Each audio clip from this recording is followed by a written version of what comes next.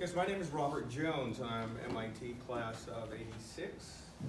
And I'm going to start off the presentation with a question. With a show of hands, how many of us have ever coached a robotics team at the elementary, middle, or high school level? Okay. So, particularly for those of us who have not, I'm going to present a micro-study of a meeting of a robotics team that I personally coach. My hope is that the presentation will inspire a few more of us to coach a youth robotics team, particularly one of color. So allow me to set the stage.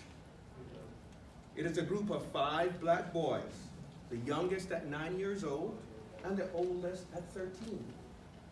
We compete in the first Lego League, and this year's theme is Into Orbit. With that background, let's begin the plot. The Columbus Day meeting of the robotics team ended with considerable pessimism. The team had spent over 1 hour modifying the robot and its programming to try to cross a mock-up of a moon crater, a challenge known as Mission Number 4. The team was not only unsuccessful in accomplishing the mission, but also concluded that improper setup of the moon crater model was the primary cause. One team member single-handedly attempted to fix the setup, but he declared the mission model to be unfixable due to missing parts. So the team had spent almost 2 meetings, totaling 3 hours, working on a mission with absolutely nothing to show.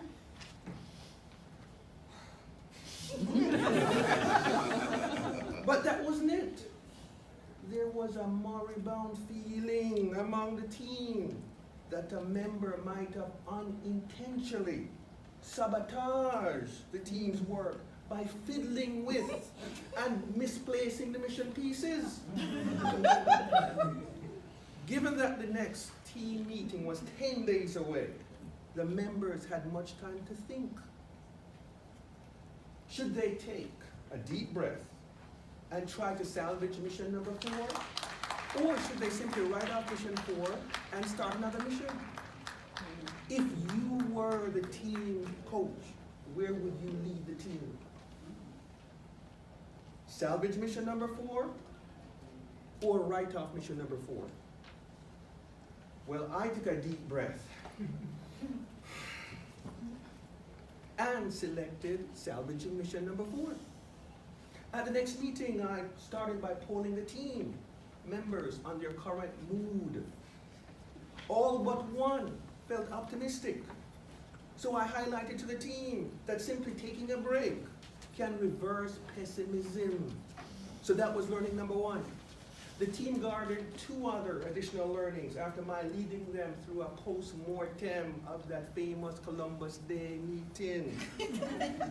Learning number 2 was that to reduce chances of error, team members should always work with a partner. Critical activities.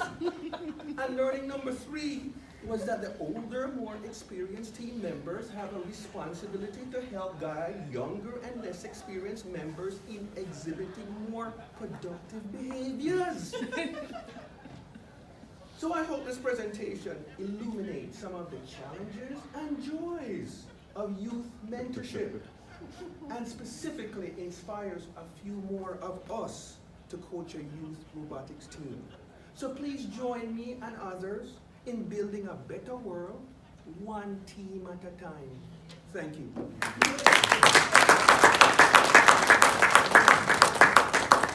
I think I have 2 minutes left, if my calculations are correct. So let me go through. Yeah, just use the arrow. Yeah, arrow key, okay. Just a couple of slides just to give you a flavor for the team. This is the team that I personally coach, we're in our 4th year, so this is a veteran team.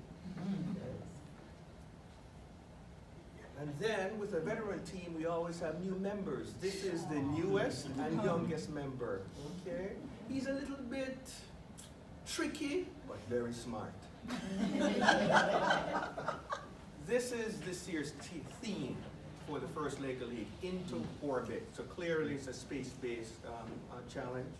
And every year these mission models just get more intricate and beautiful, and the kids just can't resist fiddling with the pieces. Okay, this is a close-up of the infamous mission number 4 that gave the team quite a warm time over 2 meetings. And these are missions 1, 2, 3, 4, and then the balance of the missions through mission 15. So you have up to 2.5 minutes to try and execute as many missions as you can. And no team ever gets through all 15 missions, but that's a big goal.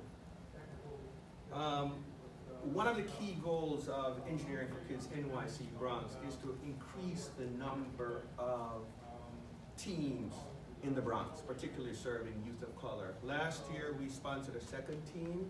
This is a charter school in the Bronx, and what's unique about them is that they are a K-5 school.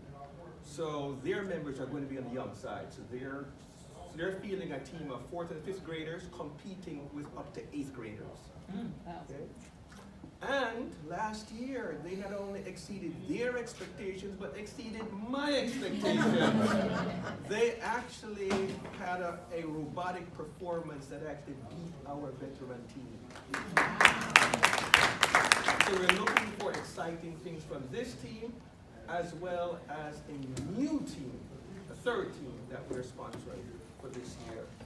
So with that, I just wanted to say, please come and join us and build a better world, one team at a time. Thank you.